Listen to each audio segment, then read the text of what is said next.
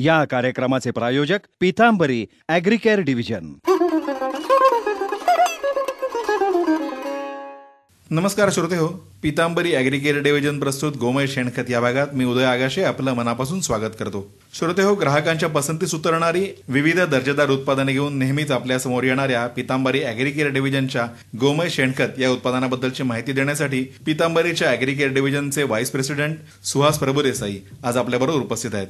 Suhas sir नमस्कार आणि या कार्यक्रमात तुमचं मनापासून स्वागत। नमस्कार श्रोते हो, सुहास प्रभुदेसाई हे गेल्या 20 वर्षांपासून पीतांबरीचे संलग्न असून R&D, फॅक्टरी अशा वेगवेगळ्या प्रकारच्या जबाबदाऱ्या त्यांनी आजवर पार पाडल्या आहेत आणि गेल्या 5 वर्षांपासून ते पीतांबरीच्या शेतीविषयक सर्व उपक्रमांचं काम पाहत आहेत।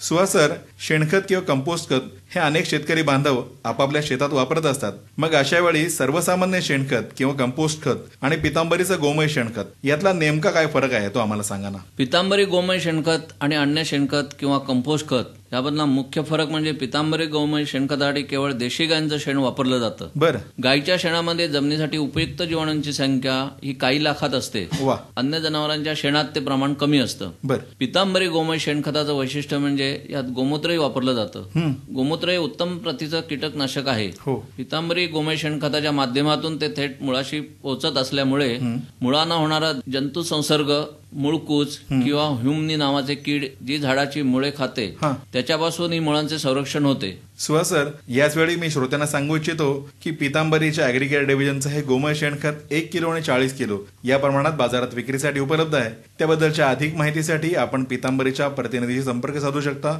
त्यासाठी क्रमांक लिहून घ्या 88 28 12 72 54। क्रमांक पुन्हा एकदा ऐका 88 28 12 72 54।